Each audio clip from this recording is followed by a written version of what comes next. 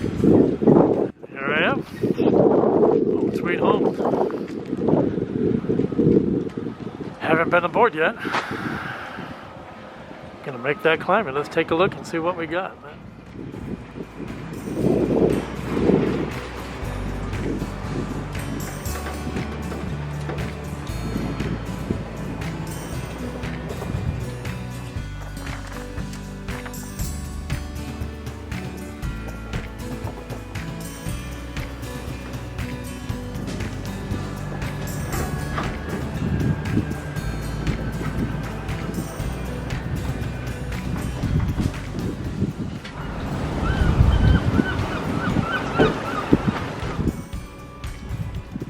I'm back in Scotland, and it's time for a real quick as found inspection of the boat on the inside now. It all seems okay. I see that Pete has installed the new batteries. There's my engine start batteries.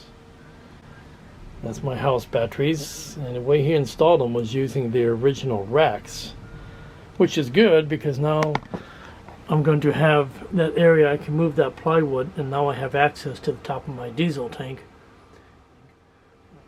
which means I should be able to cut a small handhold at least and inspect the inside of the tank, which is what I really want to do. Not much to speak of down inside the cabin. I took a quick walkthrough already.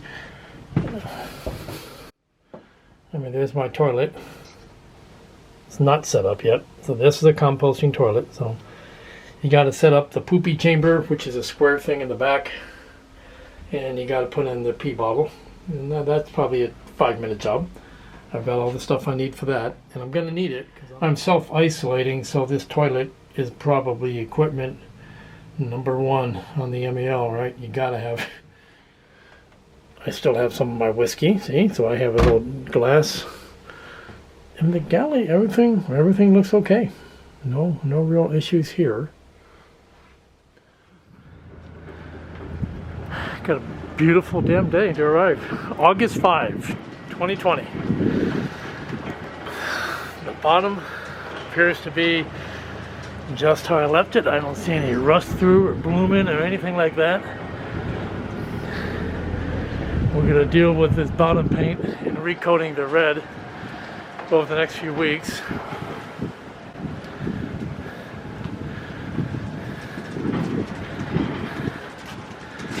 Looks okay. Looks okay.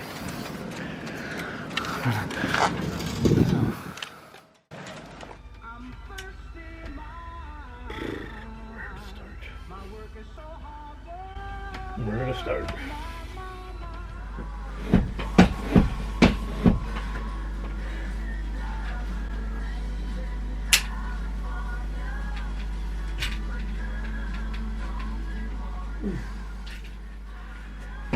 This is Joanne's bike, but I'm sure she would want me to use it.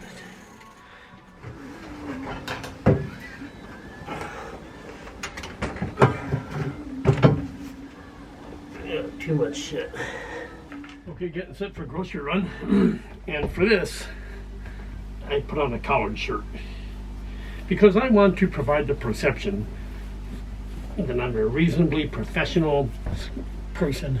So, yeah, how do I look? I got the bike with the trailer, so I think we're good.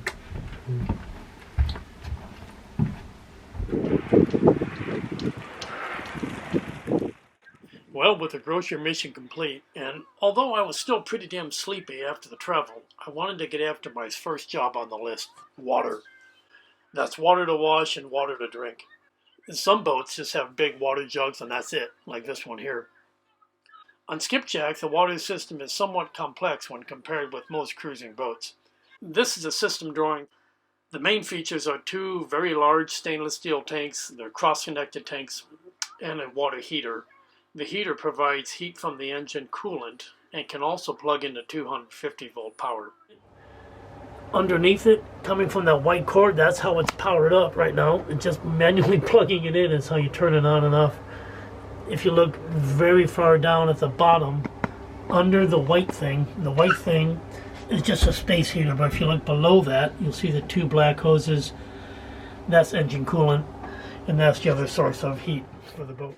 The main concern for me has always been about water quality. I want to see the condition inside of the tanks. Water tank. It's behind the 12-volt battery bank, under the captain's wheel, port side. It's a big tank. You can see the shape of the tank. You know, it's curved for the hull, of course. Down at the bottom is the big potable water pump, the small pump, and the big pump in the little black box next to it are the pressure switch. Those are abandoned. They gotta come out. So I'll take a better picture later when those are removed. So the cross connect valve,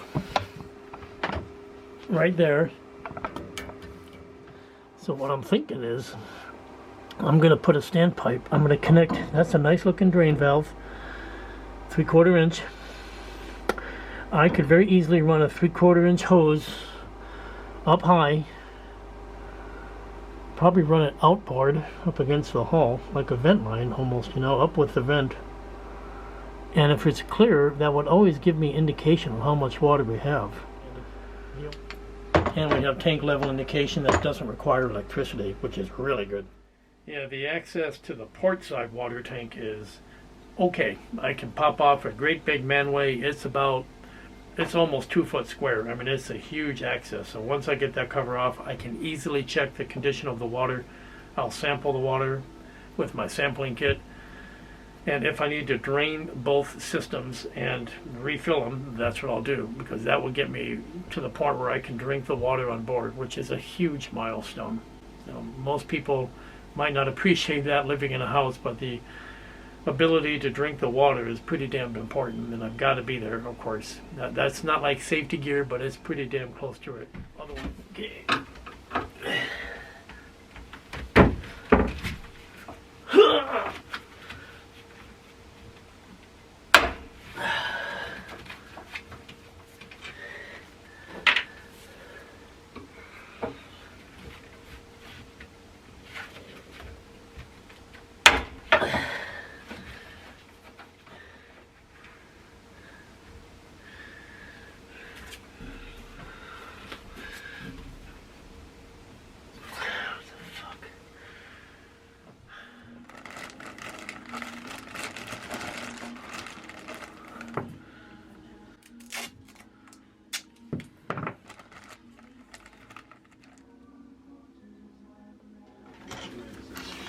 There's the first one.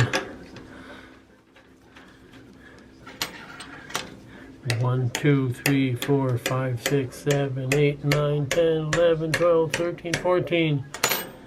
And that's just on one side, though it looks like a square.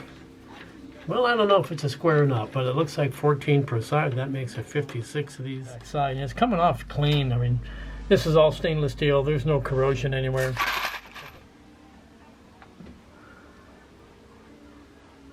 So the Navy guys would call this a tank manway.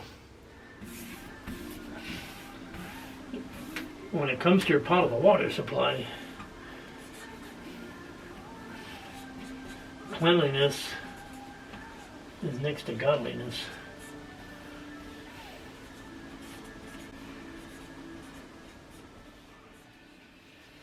Okay, all unbolted. Alright, so next thing is to do a little cleanup before I try picking this thing. I remember opening a water tank on a boat once, on a Navy boat, and we were just dumbfounded I say, because the tank itself was fucking putrid. The water was good to drink, you know, very good water. I'm kind of curious to see. Now, I'm not going to peel the whole thing up because it might be... Oh my god, that looks pretty damn good. So I see a little green growth in the back.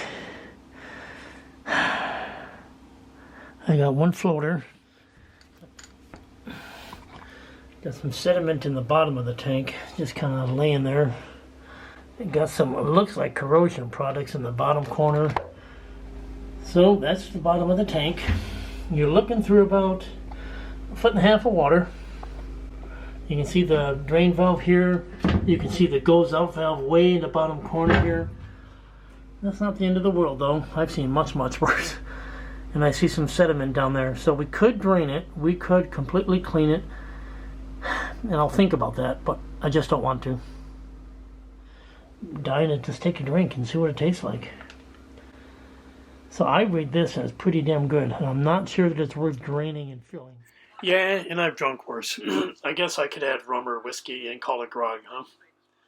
One other comment on the water system is that it's mostly made up of copper swage lock fittings. And they're very well done, but I am a little nervous about repeated vibrations causing leaks from some of these fittings. Alrighty, so that's the potable water system, but there's two oddities.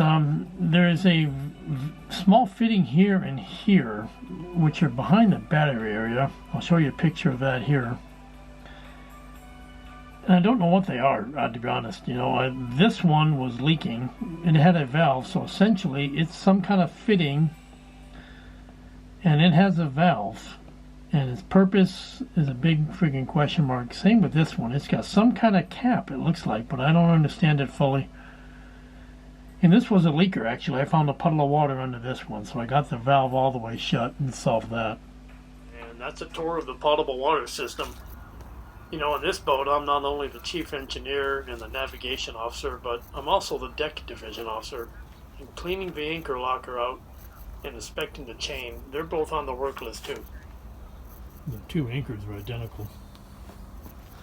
This is heavier chain. I would call this 3/8 maybe chain going up into the hose pipe.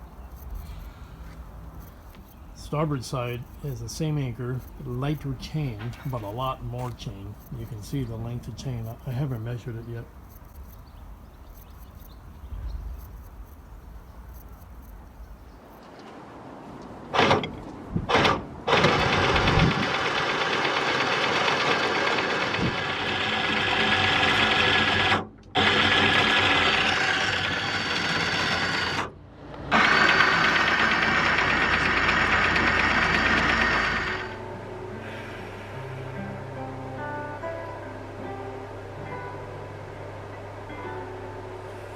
Just outside the harbor, all the ships asleep. It's always fun to shoot when the roads are blazing. Trouble in the summer sun. Keep your raft on the river, pitching over fact, always handy. Stack the trash in Ecuador. Bought a good suit of clothes. Boy, he's just dreaming. His life away.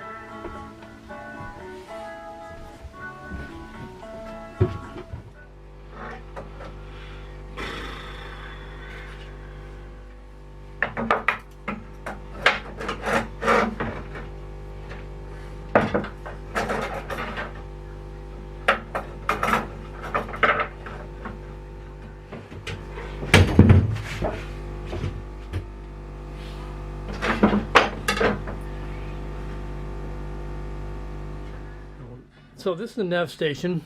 We saw it before when it was just a tiny little table. Now it's the full table. And we just finished the shelf up above. So the shelf is kind of basic, nothing to write home about.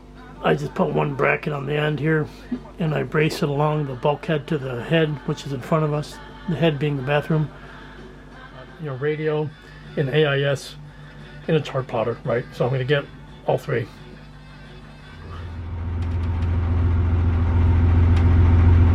Alrighty, so very happy to report that we've got a running diesel. I'll shut that down in a minute here. So my quarantine is almost over. I'm just now finishing up day 12 of 14. I just cleaned up for the night. I, worked all day and did some, the shitty job day. Self-isolation is not that big a deal for me.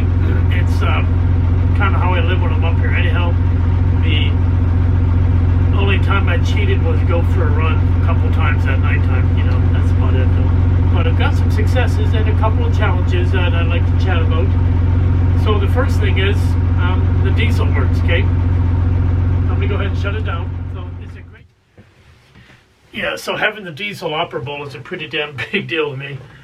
It had been idle for a long time, and I just wasn't sure if all the fuel had gummed up and it was just not usable, and I had to do, you know, wholesale injector change out and all that stuff. But none of that's true. You know, I don't have to do any of that stuff.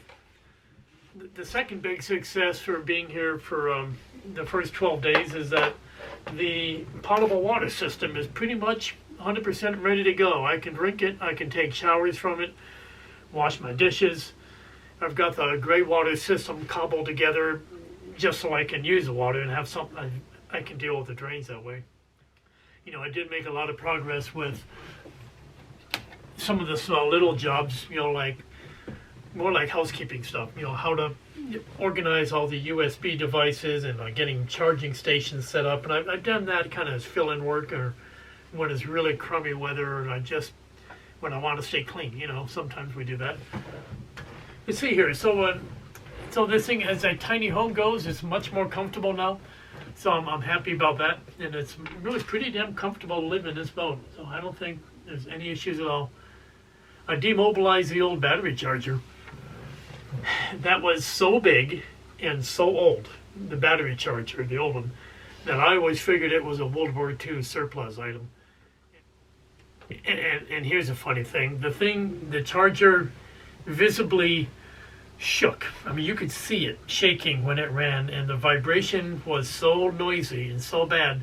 When the power went out, the first indication to the folks in the marina was that they couldn't hear my boat anymore, you know. And that's a boat sitting in dry storage. And when my charger went off, everybody heard the silence. You know, amazing, really. And the bow thruster works, so that's a big deal. The anchors can go up and down using the power windlass, using the manual windlass. You know, I'm just pretty damn thrilled with the work that I don't have to do. Another big success is that I'm moving forward on refinishing the mast. I've got the mizzen mast about probably 40% done. You know, I mean, that is, it's 40% stripped, and I've got some coats of varnish on it. More coats to go. I've got to also get the gaffs and the boom for the mizzen, and then do the same for the main. But the work does include removal of abandoned gear. I mean, the previous owner had a radar that didn't work. There was a radio antenna up there that wasn't connected to anything, so I removed the antenna, tugged out the cable, removed the radar, tugged out that cable, installed some new tug lines. So we're pretty good to go for, you know, future work. So, and drum roll, the toilet works. You know, the toilet works great. It's a composting toilet, if you've seen any of my other videos. And that's a big deal because being able to use a toilet on board is a big deal. At nighttime and stuff like that, it's just more convenient. And the greatest news ever is that it doesn't smell. Now, that's not really a fair test because I was a naval officer, right? So it just doesn't stink. So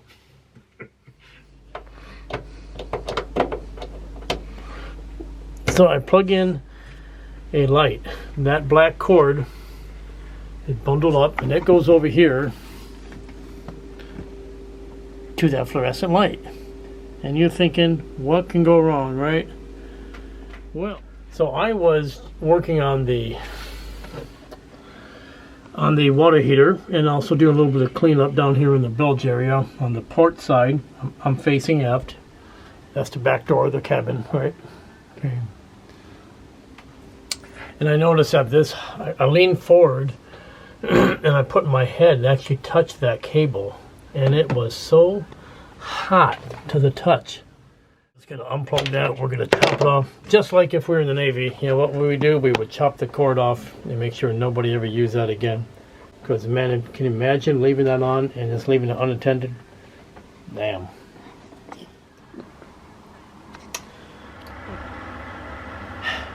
Well, that's it for this video. Thank you so much for all the new subscribers. I hope you enjoy it, and I hope you stick with me. I think we've got 6 to 10 weeks of work to do here on the boat before she's ready to splash and actually get underway and go somewhere. And I'll do a video. My goal is every 2 to 3 weeks while I'm up here working, because there's a lot of things going on. So I do appreciate any comments that you guys might have, whether it's technical, whether it's video making, you know, that kind of thing. Just let me know. Thank you so much. Have a great day. Bye.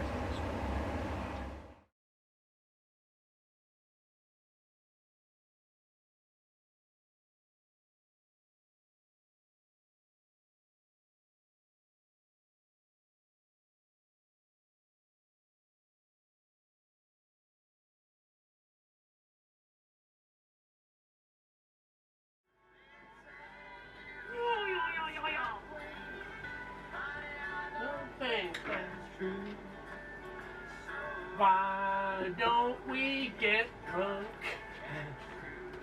Because it's only 7 a.m.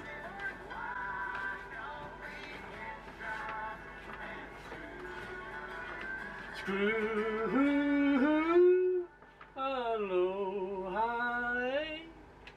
until we meet again.